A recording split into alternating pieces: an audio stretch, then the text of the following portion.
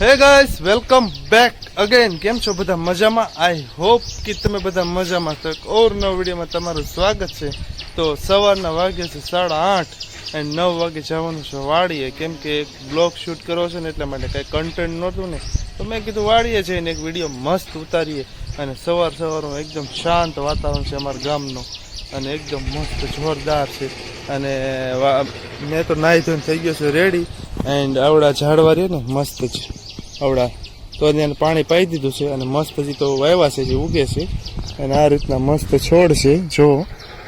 And ચલો video skip ન કરતા એન્ડ વિડીયોમાં બને રહેજો, મજા આવશે. કેમ કે આજ તો વાડીએ જવાનું છે, મસ્ત વિડીયો ઉતારવાનું જોરદાર. અત્યારે લીલું લીલું મસ્ત થઈ ગયું છે. ફાઇન, ચલો. લો ભાઈ, આ વાડીનો રસ્તો છે, થોડોક આ નળવાળો રસ્તો છે ને એ થોડોક ઓલો છે, બાકી તો આગળનો રસ્તો તો જોરદાર છે. કાંઈ નહીં, વિડીયો બને રહેજો, સ્કીપ ન કરતા. એટલું મસ્ત છે જો, લીલું લીલું. અમે જો મસ્ત ઘેટા ગાયું બકરીઓ સરે છે, જોરદાર લીલું છે.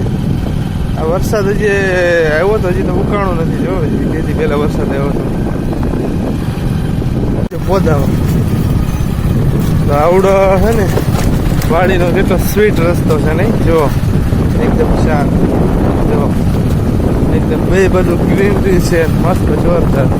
આગળ છે પાણી આવે છે તો થોડો ફોન રાખવો જોઈએ. ચલો લો ભાઈ, જો પાણી જો કેટલું પાણી છે. એક હાથે ગાડી આખું છું, જે થાય પડે તો જોયું જાય. અને જો કેટલું મસ્ત જો જોરદાર. આમાં પણ ગાડી આપવાની બહુ મજા આવે જો, જોરદાર.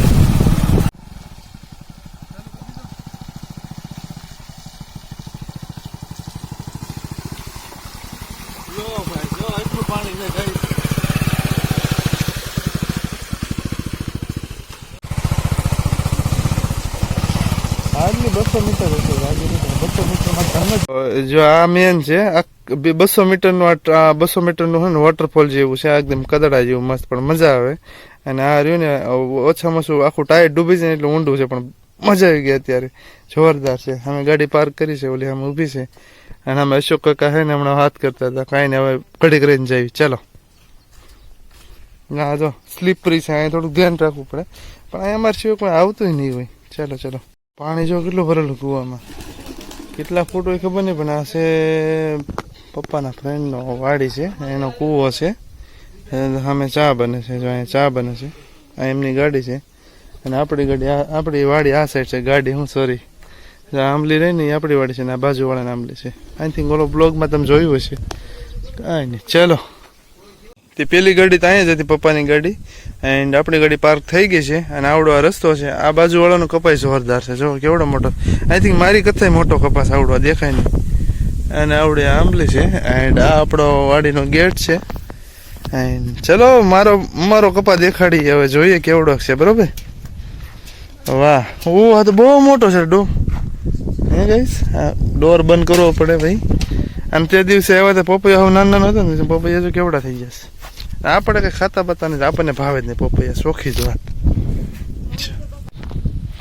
લો ભાઈ જો આ તગારામાં શું છે, મમ્મી એટલું બકાલું ભેગું કર્યું છે. મરસા છે, શીભડા છે, દૂધી છે, પછી ભીંડો, આ સાઈડ ભીંડો છે, બાકી નીચે શું હોય ખબર નહીં. આ ફાવ પાકી ગયું શીભડું.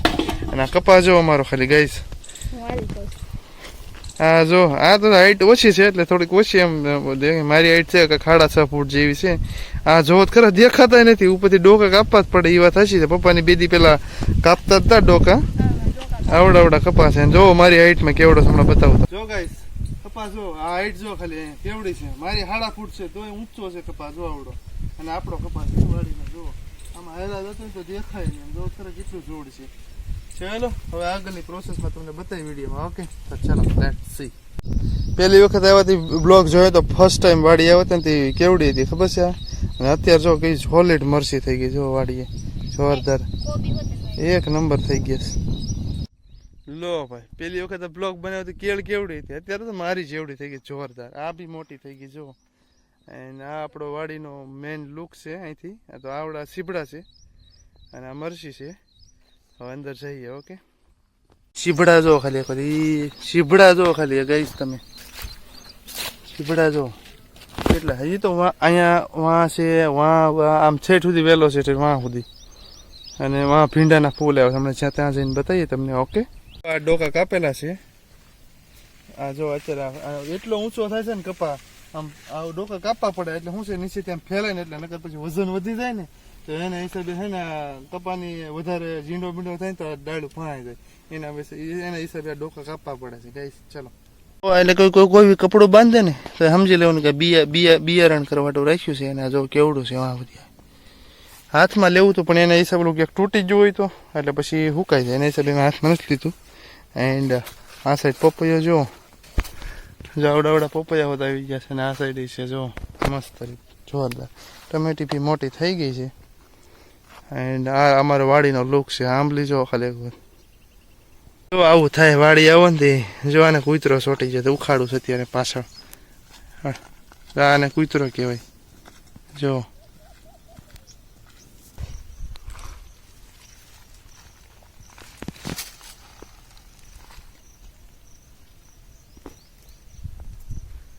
આપણી વાડીનો નજારો ભાઈ.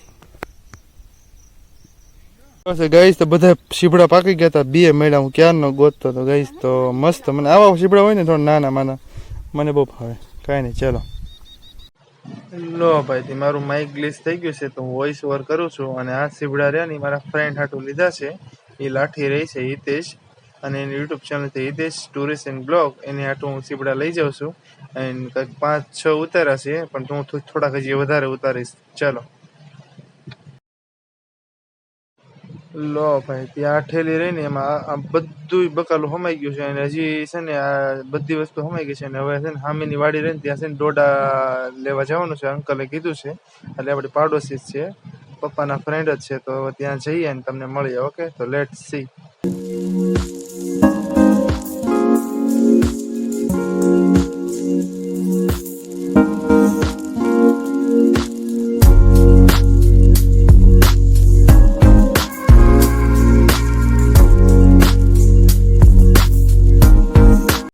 આની પહેલા મેં તમને વાત કરી નાખી કે આ મારો આ કપા રહ્યો ને મારો એ કેવડો છે. તમે જો ચેક કરો કેવડો છે. હું મારી હાઈટ જો મારો આખો હાથ સીધો થઈ જાય ને ત્યાં સુધી એવડો કપા છે અમારો.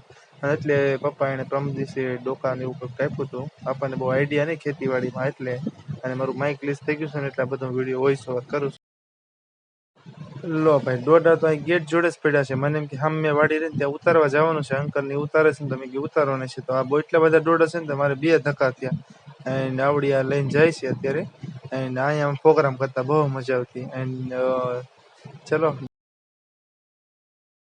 તો બાકીના 4-5 ડોડા વધ્યા છે અત્યારે હું લઈને જાઉં છું નીચે. અને આમાં હું કહું છું મને ખબર નથી પણ હું વોઇસ ઓવર કરું છું એના હિસાબે મારે છે ને વોઇસ નાખવા તો કરવું પડે. સામે જો ગાડી ઊભી છે હવે. એન્ડ ચલો નીચે ઉતરું છું અત્યારે ધીમે ધીમે. એન્ડ હવે એ આમાં 5-6 ડોડા બાકી છે હું નાખી દઈશ. સામે જો વોટરફોલ રહ્યો ને મસ્ત ત્યાંથી પાણી આવે ને અહીંથી આમ જો જાય મસ્ત છે. અને આમાં 2-3 ડોડા બાકી છે એ નાખી દઈએ અને કરી દઈએ પેક. એન્ડ ચલો હવે અમે અહીંથી વાડીએથી નીકળીએ. અને પાછો ઓલો રસ્તો છે થોડો ખરાબ. લો ભાઈ વાડીએથી ઘરે આવી ગયા છે. એનું પોટકું રહ્યું ને 25 થી 20 કિલોનું વજન, બહુ વજન હતું. એન્ડ ચલો વિડીયો ગમ્યો હોય તો સબસ્ક્રાઈબ અને લાઈક કરવાનું ન ભૂલતા. ઓકે, તો ચલો રાધે રાધે.